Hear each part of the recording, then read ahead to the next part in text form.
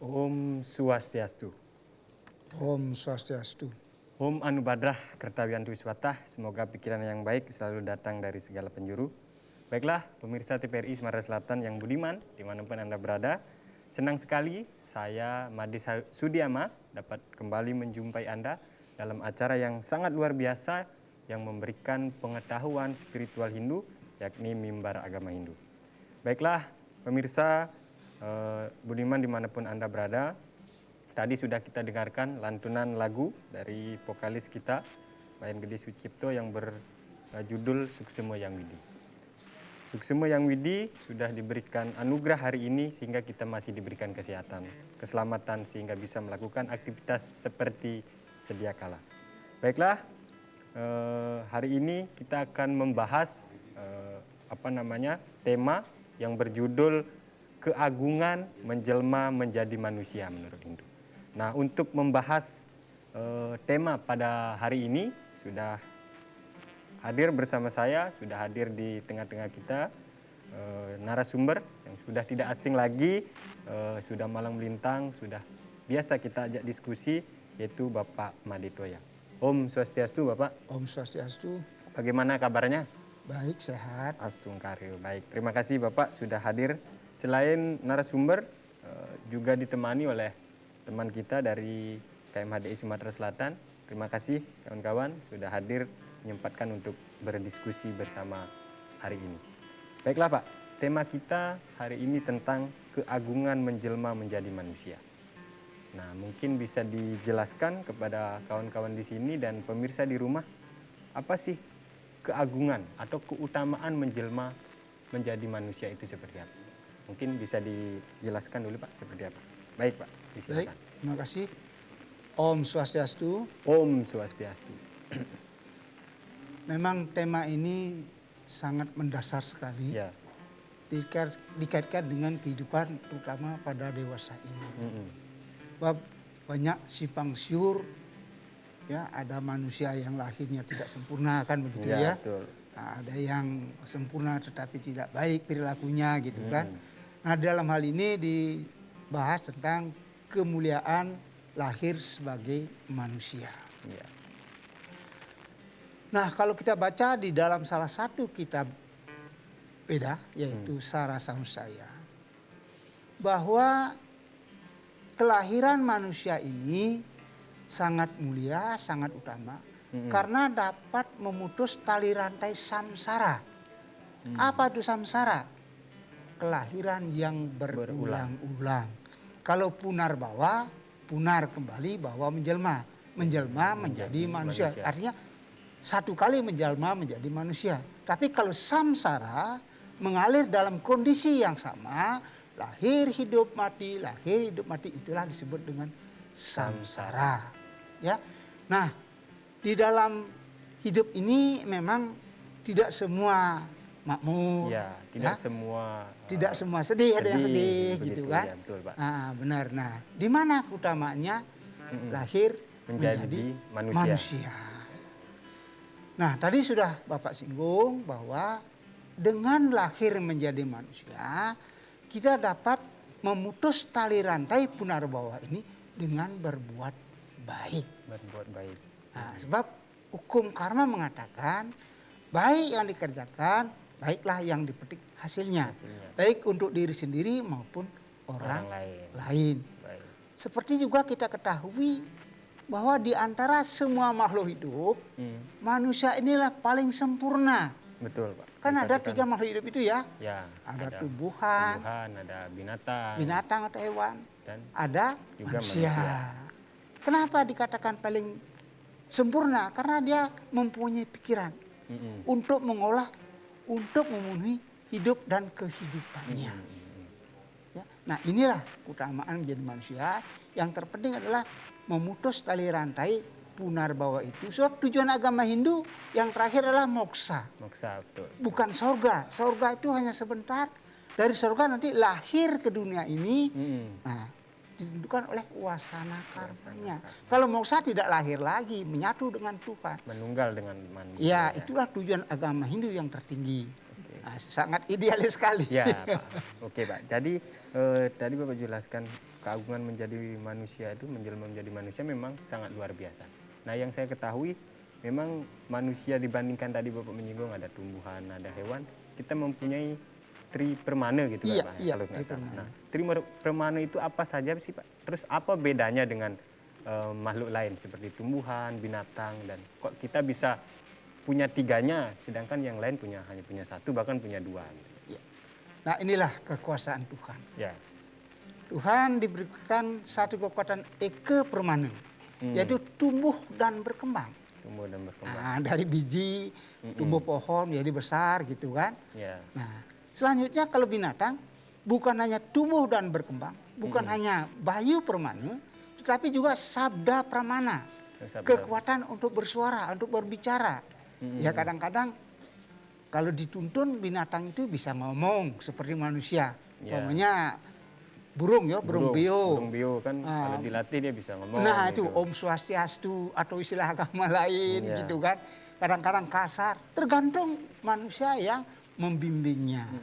Jadi bisa bersuara dia, bisa menirukan suara manusia. Pernah saya lihat di TikTok apa kan, ya Pak Jokowi gitu. Yang kita sebut. Nah ini memang tergantung dari yang membinanya atau mengajarinya.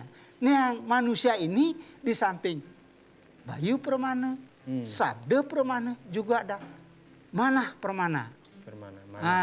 Atau idep permana. Jadi manusia punya 3, sabda, bayu, idep. Artinya pikiran. Komplit semua. Ini. Ya, komplit dari kekuatan itu. Nah, dengan kekuatan pikiran inilah kita diharapkan bisa mengolah. Ya. Alam semesta ini, hidup sosial ini sehingga menjadi lebih baik. Secara pribadi mudah-mudahan kita bisa hidup tenang. Ya, tenang ini memang susah ukurannya. Ya, Ada orang yang memang kaya gitu kan, Iya, kaya. tapi tidak tenang dia. Heeh. Ada seorang yang cukup makan saja, bahkan dalam kondisi sekarang ini apa namanya ya zaman material ya, Zaman material. dia memilih hidup di hutan sendirian. Iya, iya, iya. Nah ini memang dunia ini adalah rumah sakit gila. Kok bisa Nah begitu, Pak? macam-macam dia. Oh, gitu ya. Tergantung. Nah sekarang tergantung dari pribadi itu sendiri. Nah, gitu. Nah, terus kalau dikatakan apa namanya kita menjelma menjadi manusia, terus kadang ada yang menjelma itu ada yang bahagia, ada yang menderita juga, Pak. Sekarang kalau dikaitkan dengan sastra Hindu, indikator kebahagiaan menjelma menjadi manusia itu apa sih, Pak? Atau bisa kategorinya itu seperti apa sih, Pak? Kadang ada yang lahir ganteng, kaya, pinter, tapi ada juga yang sebaliknya, maaf dia lahirnya hitam jelek begitu. Nah itu seperti apa, Pak? Bahkan dia sudah, kalau dikatakan keutamaan sudah diutama dia menjelma sebagai manusia dibandingkan dengan makhluk-makhluk lain ciptaan Tuhan. Oke. Ya. Ya.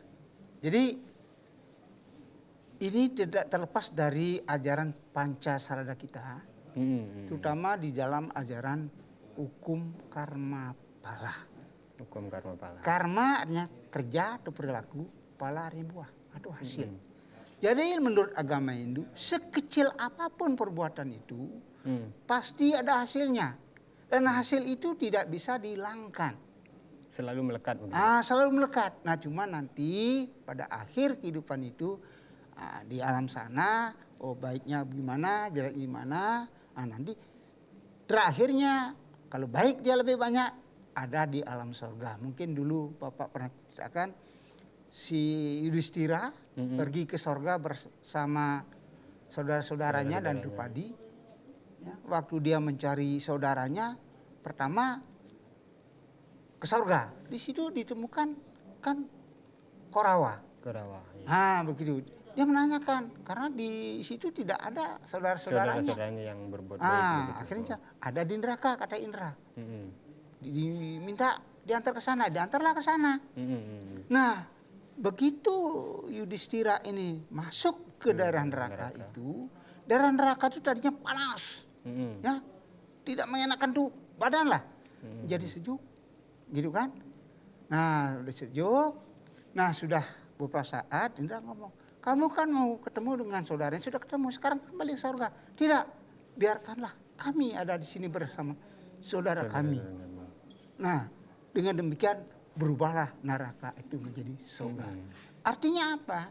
Sekecil apapun perbuatan jelek itu atau buruk itu pasti kita nikmati di alam nanti. Sekecil apapun perbuatan jelek, ya baik di alam ini, di alam sana juga kita nanti. Contohnya Korawa, kan lebih banyak dia berbuat jahat, menikmati surga sebentar, akhirnya dia lebih lama di alam neraka. Nah ini hukum karma surga dan neraka itu. Nah tentang kelahiran manusia. Ya, kalau dikaitkan Nah ini dengan penting kelahiran. sekali kan. Ya.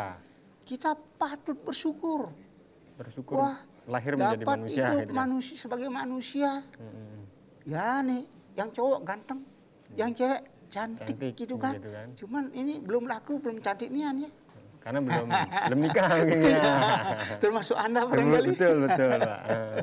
Jadi tidak boleh mengatakan saya paling cantik dah. Kalau Bapak ya. Ya. Nah, Gitu karena ya. sudah laku. Ya, gitu. Gitu ya. Nah, jadi semuanya ini adalah disebut dengan wasana karma. Wasana karma. Apa itu wasana karma? Hasil perbuatan dari kehidupan terdahulu. Setelah menikmati alam surga atau neraka, dia lahir lagi ke dunia ini. Kalau orang itu baik pada kehidupan dahulu, baik dalam menyeluruh. Ya perilakunya bagus, sosial masyarakat bagus, itu kan. Karena berayatnya dengan bagus, jelas lahirnya dia menjadi orang sempurna, berpribadi luhur, dan juga dalam kehidupan yang menyenangkan. Tolong digarisbawahi, seperti tadi saya bilang, menyenangkan itu tidak bisa diukur dengan duniawi. Nah, betul. Seperti pertanyaan tadi. Tidak bisa diukur dengan duniawi. Seperti pertanyaan saya tadi kan, apa sih indikatornya atau keukuran kebahagiaan itu, Pak, gitu. Nah, ukurannya bergantung dengan pribadi.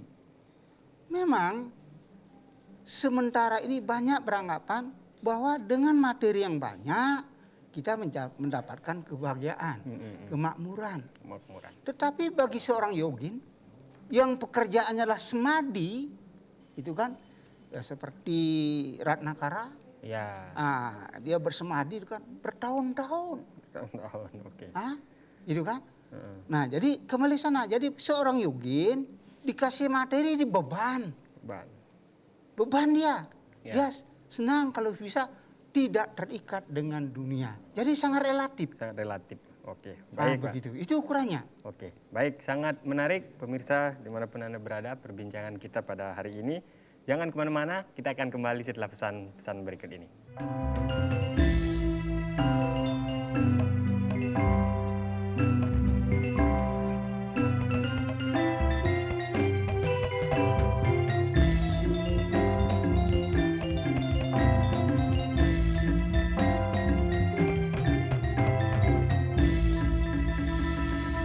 Semua kita bangun, semua kita sentuh secara proporsional. Kita puas pasti melihat. Tapi kita tentu akan lebih puas kalau ini terpelihara.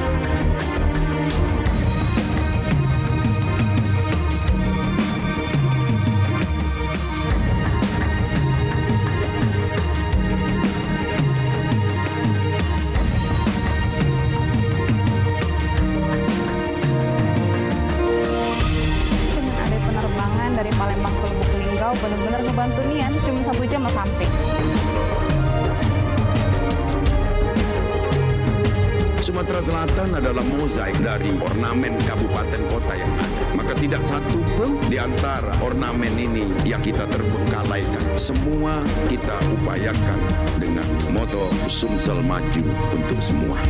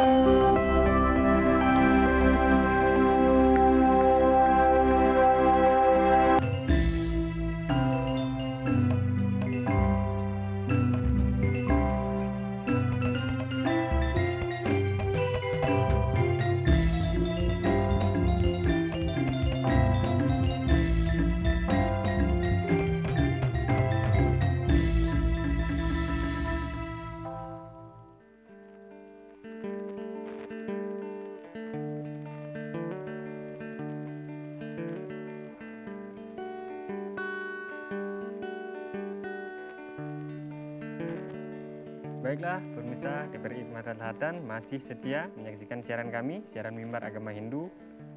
Tema kita, keagungan menjelma menjadi manusia. Baiklah Pak, kita lanjutkan pembahasan kita yang sangat menarik. Tadi sempat terpotong tentang bagaimana sih keagungan atau keutamaan menjelma menjadi manusia jika manusia itu lahir menderita. Tadi sempat terpotong bahwa kita ingin tuh lahir sempurna, tapi ada saja yang mungkin lahir cacat atau lahir hitam, jelek, pendek begitu. Itu kalau dikaitkan dengan sastra Hindu itu seperti apa, Pak? Mungkin silakan, Pak. Baik. Jadi kita kembali kepada wasana karma. Ya.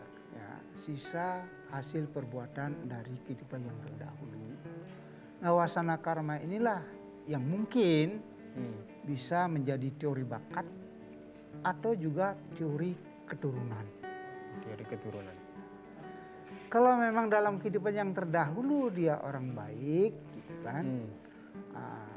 Ya sudah pastikan menurut agama Hindu dia kalau lahir jelas menjadi orang baik dan juga tempatnya di tempat yang baik. Ya. Tapi harus diingat, sekecil apapun, sebanyak atau sedikit apapun perbuatan yang tidak baik dilakukan, itu pasti juga menentukan kelahiran kita pada saat ini, ya. Gitu kan. Nah, berkembang atau tidaknya dari katakanlah bakat itu bergantung dari lingkungan. dari didikan orang tua, dari pendidikan formal di sekolah, dari lingkungan masyarakat. Walaupun orang tuanya mendidik dengan baik, tetapi kalau masyarakatnya di sekitarnya tidak mendukung, tentunya ini tidak akan maksimal. Tetapi bagaimanapun juga, ya pendidikan itu akan juga sedikit banyak menjadi watak atau karakter dari yang bersangkutan, tetapi tidak maksimal. Jadi sejauh mana peran pendidikan untuk bisa menjadi keutamaan jadi manusia itu? Jelas, ya di dalam agama Hindu kita dikenal dengan namanya catur guru. Ya, jadi 4 yang disebut dengan guru. Guru itu adalah bahasa Sanskerta. Guru itu artinya berat. Jadi catur guru itu kan orang tua, bapak ibu, ya, guru di sekolah, pemerintah, ya. Nah ini diantaranya. Nah sekarang pemerintah tugasnya berat, apalagi dalam kondisi begini. Ya, berat sekolah, berbagai upaya sudah upayakan untuk menanggulangi wabah ini, toh juga belum berhasil maksimal. Ya, orang tua aja begitu. Orang tua sudah berat dia mengadakan upaya pendidikan, tetapi lingkungannya bagaimana? Ini sangat menentukan. Ya, karena guru itulah karena tugasnya berat mendidik anak, di samping dia menjadi pintar, katakanlah mempunyai pengetahuan yang baik, juga berperilaku yang baik, gitu kan? Nah ini sangat menentukan, ya dari karakter atau pribadi orang-orang yang hidup pada saat ini. Ya, tidak bisa lepas. Ya kalau tidak begitu nanti bisa kita katakanlah ketinggalan zaman. Tapi bagaimanapun kalau bisa kita diajarkan salah satu daripada ajaran Dharma adalah pengendalian diri. Pengendalian diri. Baik. Ya, walaupun kita terikat dengan dunia tapi masih ingat, ya dunia ini adalah penyenangan nafsu duniawi.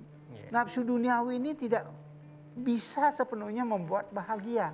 Karena tentunya di dunia tidak ada yang abadi begitu. Nah, begitulah. Jadi mungkin pernah saya sampaikan dulu, kebenaran dunia adalah parinama, perubahan, tidak ada yang abadi.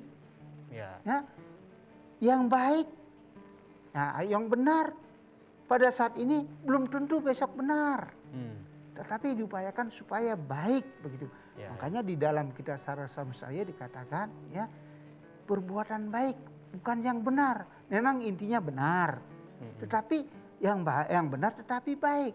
Ada perbuatan dibenarkan menurut agama, tetapi tidak baik. Contohnya, baik menolong orang semuanya sepakat, baik katanya kan, tetapi menolong orang untuk berbuat kejahatan tidak benar. Menyakiti seseorang itu tidak baik, tidak benar. Tetapi kalau ada orang yang mau melahirkan umpamanya, ya yang tidak bisa lahir normal, harus dibedel, operasi. Kalau dioperasi itu kan dibelah, menyakiti kan. Nah inilah kebenaran dunia. Kita harus bisa memanfaatkan pikiran ini, ya diramu dengan budi, daya nalar, ya daya nalar, dan semuanya itu harus benar-benar dipahami, diakui dengan kesadaran semua ukuran pribadi. Ya, terus jadi kalau nalarnya bagus begitu, nah akan diberikan pengetahuan dan sebagainya begitu Pak ya. Nah, kalau tadi dikatakan peran pendidikan atau seperti apa pendidikan itu bisa dikatakan memang lumayan tinggi peran pendidikan itu Pak. Nah itulah guru, ya guru berat karena menjadikan orang itu berpengetahuan, menjadikan orang itu berperilaku baik, berbudi pekerti baik. Baik, betul Pak. Nah, itu permasalahannya. Memang pendidikan kita seidealnya ya menjadikan orang sadnyana. Sadnyana. Sekarang disebut dengan sarjana. Oh, sarjana. Nah, pendidikan itu hendaknya yang baik sehingga menjadi orang sujana. Sujana. Orang yang kelahirannya kehidupannya baik, perilakunya baik. jijana, orang yang mampu memilah. Ya. Yang mana baik, yang mana tidak baik, yang mana bisa dilakukan saat ini, mana yang bisa ditunda. Nah ini orang bisa memilih dan dipilihlah yang memang bisa mengakibatkan suatu kebaikan bersama. Bukan untuk diri sendiri saja, untuk bersama. Sesama lingkungan dan lainnya. Baik Pak. Sudah banyak narasumber menyampaikan tentang penjelasan keagungan menjelma menjadi manusia, terus sastranya sudah dijelaskan. Mungkin dari teman-teman mungkin ada yang ingin disampaikan atau yang ingin ditanyakan pada kesempatan ini. Silakan perkenalkan namanya, terus pertanyaannya apa. Om Swastiastu. Perkenalkan, saya Nyoman Dedi Segita dari KMHDI Sumsel. Izin bertanya Pak, ini kan temanya tentang keagungan menjelma menjadi manusia. Pertanyaannya itu, apa hukumnya bagi manusia yang lahir ke dunia dalam keadaan cacat Pak? Mungkin itu aja. Santi. Baik, terima kasih Nyoman. Pertanyaannya itu dari sebelah kiri. Dan mungkin ada dari ceweknya, sebelah kanan, silakan. Om Swastiastu. Om Swastiastu. Perkenalkan, nama Tiang Komang Ayu Dandari dari KMHDI Sumatera Selatan. Izin bertanya Pak, tadi sudah dijelaskan tentang bagaimana menjelma menjadi manusia. Nah pertanyaannya tuh bagaimana dengan seseorang yang melakukan kejahatan terhadap keluarga atau keturunannya sendiri Pak? Terima kasih. Om Santi Om. Om Santi Om. Baik Pak, terima kasih. Sudah ada 2 penanya. Ada 1 cewek, 1 cowok. Mungkin bisa langsung dijawab Pak pertanyaannya dari Nyoman dan Komang Ayu. Baik. Berkaitan dengan kelahiran orang cacat. Iya. Barangkali apa sebabnya gitu kan. Apa sebabnya? Padahal yang bersangkutan mungkin juga orang tuanya tidak berharap bahwa anaknya cacat. Begitu kan. Ini kembali kepada hukum karma. Ya. Hukum karma ini tidak bisa dihindari, tidak bisa diberikan timbangan emas. Jadi menurut agama Hindu gitu kan, kalau jahat perbuatannya, kalaupun lahir menjadi manusia, bisa menjadi manusia yang tidak sempurna. Ya. Contoh Dhritarashtra. Ya. Dia lahir secara fisik katakanlah sempurna kecuali matanya tidak bisa melihat. Ya. Karena ada satu dosa. Membakar pohon, di pohon itu ada sarang burung yang anak-anak burung di sana mati akibat pembakaran itu. Nah, jadi mungkin yang bersangkutan pada kehidupan dahulu ya banyak menyakiti kaki orang, kalau kakinya ya tidak sempurna gitu kan. Kalau tangannya nggak sempurna.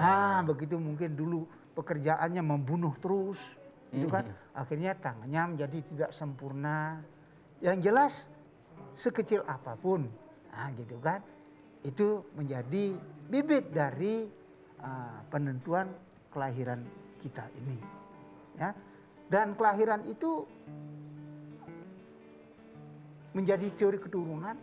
Biasanya hukum karma begitu menyesuaikan kemana dia nanti Atman ini masuk. Lahir kembalinya kemana?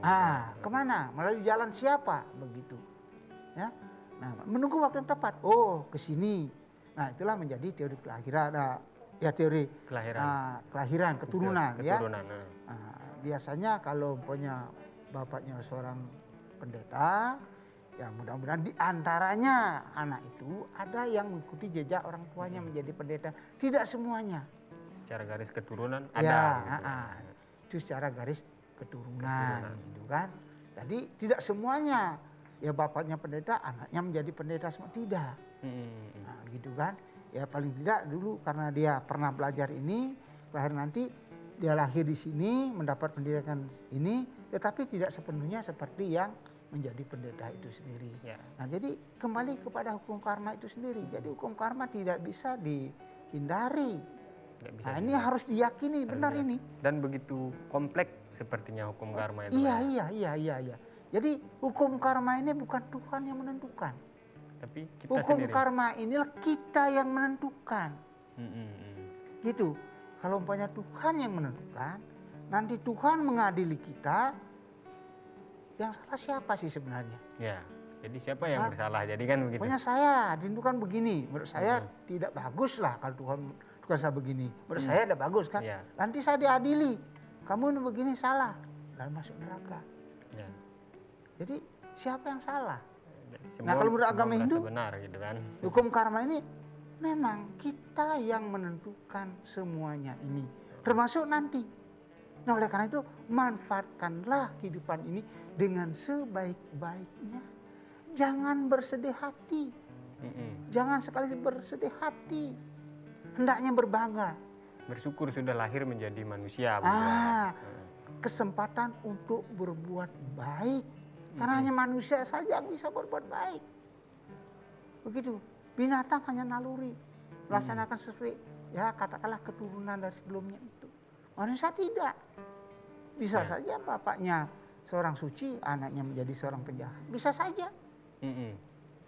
Dan Gitu kan? fenomena dewasa ini ada yang terjadi seperti itu. Bahkan Ada. orang tuanya pemuka agama, tapi anaknya jadi preman begitu.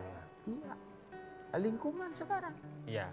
Ya. Jadi Jadi anak muda nih, ya saya amati ada yang salah pergaulan.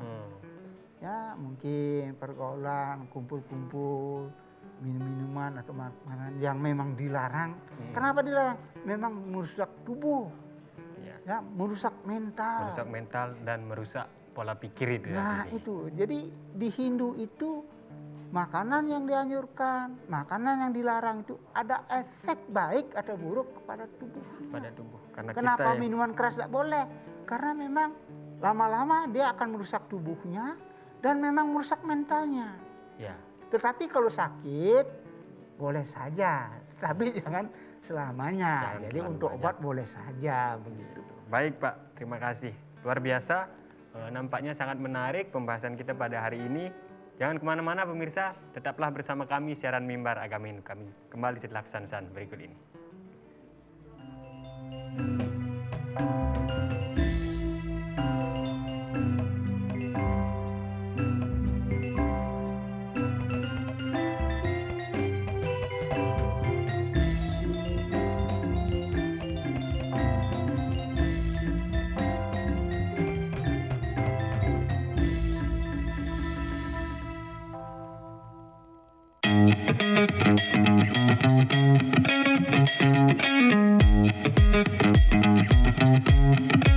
Saat beraktivitas, jangan lupa untuk memakai double masker. Pusat Pengendalian dan Pencegahan Penyakit Amerika Serikat (CDC) mengatakan Masker double bisa efektif dalam mencegah penularan COVID-19. Masuknya berbagai varian baru menuntut kita untuk lebih ketat memproteksi diri. Tapi, memakai masker double penggunaannya juga harus tepat. Ini dia panduannya.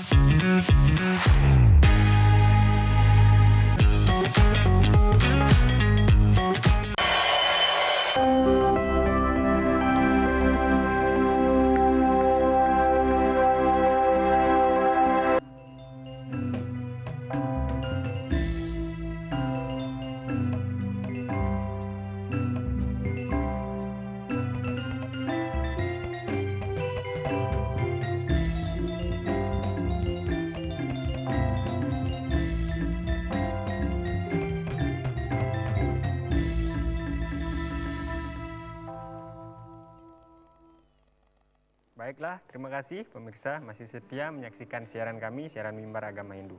Tema kita keagungan menjelma menjadi manusia.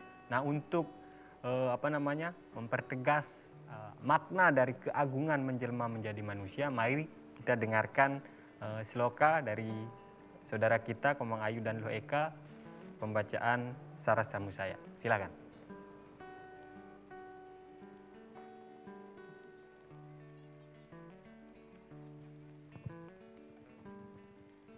Panganjali. Om Swastiastu.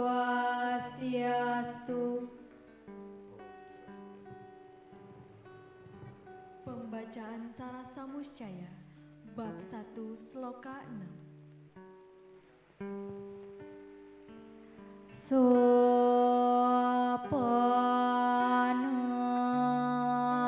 puta swargasya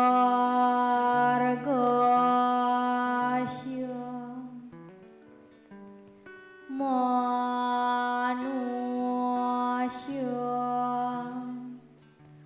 prapya durlaba tatatmana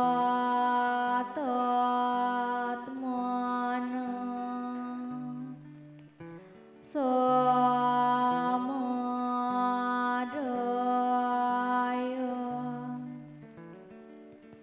duam seta napurnaya.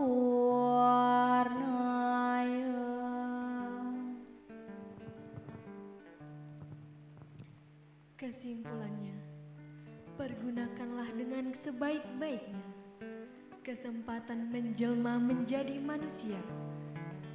Kesempatan yang sungguh sulit diperoleh, yang merupakan tangga menuju ke surga. Segala sesuatu yang menyebabkan agar tidak jatuh lagi, itulah hendaknya dilakukan. Paramat Santi. Om Santi, Santi, Santi. Om. Baik, terima kasih Komang Ayu dan Loh Eka sudah membacakan sastra dari Saras Samusaya. Sudah dipertegas bahwa keagungan menjelma menjadi manusia itu sendiri. Baik Pak, kita lanjutkan perbincangan kita pada hari ini. Tadi ada dua penanya dari Dedi Sagita dan Komang Ayu juga bertanya, baru dijawab satu pertanyaan Pak. Mungkin masih satu pertanyaan lagi Komang Ayu, mungkin saya bisa ulang pertanyaannya. Bagaimana sih dengan hukumnya, dengan seseorang yang dia lahir Pak sebagai manusia, keturunannya dia sempurna, tapi dia melakukan kejahatan. Bahkan di dewasa ini mungkin kita lihat di kadang baca koran, berita di televisi, orang tua tega membuang anaknya sendiri. Terus bahkan anak kandung tega membunuh atau menghabisi nyawa orang tuanya sendiri. Nah, itu kalau dikaitkan dengan tema kita Pak, keagungan menjelma, keutamaan menjelma menjadi manusia. Dalam Hindu itu seperti apa hukumnya, terus apa sih dosanya itu seperti apa? Silakan Pak. Baik, ya kembali kepada hukum karma itu sendiri, gitu kan. Jadi saya yakin sepenuhnya bahwa seseorang yang terlahir menjadi manusia itu adalah dulunya baik. Dalam artian tidak sepenuhnya. Ya, nah, mungkin gitu punya kan. karma yang baik dulu. Karena jelas Weda mengatakan begitu. Ya, karena lahir menjadi manusia sangat sulit. Ya, seperti yang dijelaskan di Saras Samusaya tadi, sangat sulit. Mungkin kesempatan ini bisa dimanfaatkan begitu Pak ya. Iya. Yang jelas begini. Jadi bakat pribadi seseorang itu ada. Seperti saya bilang tadi, bagaimanapun lingkungan itu menentukan pribadi atau watak seseorang itu sendiri. Iya. Sekarang ini orang cenderung kepada kemakmuran. Ya, orang diukur dengan kemakmuran. Materi. Tetapi tidak dilihat dari mana sumber materi itu. Ya. Di dalam agama Hindu, ya, materi yang dimakan itu hendaknya benar-benar didapatkan dengan cara yang benar. Ya. Ya. Walaupun keluarga kita tidak tahu sumbernya itu, apalagi tahu. Jelas membentuk watak dari seseorang. Seorang ibu kalau masak nasi semestinya menurut aturan mandi dulu, dia bersih-bersih. Baru masak. Ya tuh ngejot. Setelah masak ada benten saiban ngejot itu kan. Ya. Nah sekarang apakah sudah demikian orang tua kita? Ya. Hah? Itu sudah mendidik bagaimana dia bentuk karakter keseharian. Nah kembali kepada itu bahwa ya memang salah satunya mungkin orang tuanya tidak membentuk anaknya, mendidik anaknya secara benar. Ya benar. Kadang-kadang ya karena ingin anaknya dikatakan wah gitu kan. Ya. Uang dikasihkan entah untuk apa.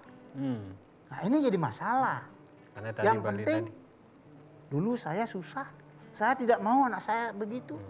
Jadi ya, saya berharap anak saya dikatakan wah. Padahal menghalalkan semua cara begitu ya. Kemana uang itu digunakan? Ya, dan sumbernya tidak jelas juga bisa dikatakan begitu. Seperti itu. Padahal prinsipnya manusia itu adalah punya budi daya nalar. Gitu kan? Nah cuman kalau salah pendidikan, salah pergaulan, ini menentukan. Apalagi orang tua sekarang sangat terbatas sekali dengan keluarganya di rumah. Bahkan anak kecil dititipkan dengan, maaf ngomong, pengasuhnya yang tidak tahu bagaimana ini. Ya, jangan disalahkan anak kalau demikian, karena orang tua terbatas membina anaknya. Begitu, jangan disalahkan lingkungan. Sudah sejauh mana kita bisa membina anak kita, keluarga kita? Intinya dari lingkungan itu, keluarga sendiri itu. Nah itu yang penting, itulah guru rupaku, bagaimana orang tua mendidik menjadi contoh dari keluarga itu sendiri, terutama untuk anak-anaknya. Apakah sudah atau belum? Ya. Mari kita cermati bersama. Cermati ini. Itu kita, ya, ini anak-anak ini masih generasi muda, tolong ini, ya, bahkan maaf ngomong, ya sekarang ini kadang-kadang belum sah, sudah pegang-pegangan, katakanlah begitu, kan lebih jauh lagi gitu kan. Bahkan ada yang katakanlah sampai sudah hamil baru upacara.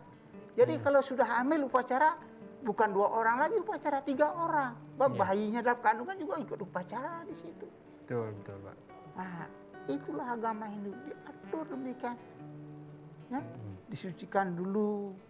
Ya, kamu petak, kamu bang, baru boleh kumpul. Sekarang tidak. Banyak yang demikian, ya masih ada, tetapi banyak yang tidak sesuai dengan aturan-aturan menurut ajaran Dharma. Nah, yang intinya bagaimana? Pengendalian diri. Salah satu bagian Dharma itu. Ya. Sebut tapa, pengendalian diri. Bukan dilarang, pengendalian diri. Ya. Ya. Terkadang sekarang kalau lingkungan sudah mempengaruhi, sekarang efektivitas peran orang tua untuk menjaga anaknya supaya bisa dikatakan manusia yang sempurna, bisa berbuat baik seperti itu. Apakah bagaimana peran orang tua? Apakah indikatornya harus berpendidikan tinggi atau memang karena bisa fokus saja membina keluarganya agar tidak bisa dikatakan seperti pertanyaan Komang Ayu tadi, bisa merusak atau berbuat jahat kepada keluarganya sendiri begitu, bahkan menjadi aib bagi keluarganya sendiri. Ya, jadi memang dalam kondisi dewasa ini, ya, peran orang tua sangat berat. Sentral gitu Pak ya. Ya. Tidak mengikuti, tertinggal. Bahkan mungkin bisa tertindas. Ya. Gitu kan? Mengikuti risikonya. Ya, jadi memang berat dalam kondisi sekarang ini karena kelihatannya zaman kali ini yang menjadi tujuan pokok adalah materi. Dari mana sumber datang materi itu? Yang penting dapat. Nggak tahu Ada caranya kesempatan seperti apa. dapat. Ya. Nah, kita bisa lihat di medsos, ya, dalam kondisi begini orang menderita, masih ada orang tega-teganya yang membodohi, Menipu. ya, menipu, begitu. Yang menipu ini bukan orang bodoh, orang pintar. Ya. Jadi sekarang ini sering Bapak katakan, ya, orang pintar itu bukan mencerdaskan orang lain yang bodoh, tetapi ya memanfaatkan, menyiksa, gitu kan, membuat melarat orang yang bodoh, bukan membantu. Malah semakin sulit seperti sekarang ini gitu Pak ya. Nah itulah, jadi mungkin berkali katakan SMS zaman HP ini, senang melihat orang susah, susah melihat orang senang. Ini permasalahannya. Ya, jadi kesempatan ini ya saya berharap mari kita introspeksi diri, cermati diri, sudahkah kita bisa ya melaksanakan agama Hindu? Ya tidak usah 100% lah dalam kondisi sekarang ini. Ingat kembali pengendalian diri, bergaul boleh, cuman batas-batasnya bujang gadis di mana, orang berkeluarga batasnya di mana. Boleh. Karena tadi seperti yang di awal kita dibekali tiga bekal tadi kan, Ya, Bayu, Triprimana Sabda, ya. Hidup itu kan. Triprimana. Jadi sehingga apa namanya itu yang menjadi yang perlu dioptimalkan begitu Pak ya, dari tiga ini. Nah sekarang pertanyaan begini Pak. Nah hari ini kita mengalami situasi pandemi gini.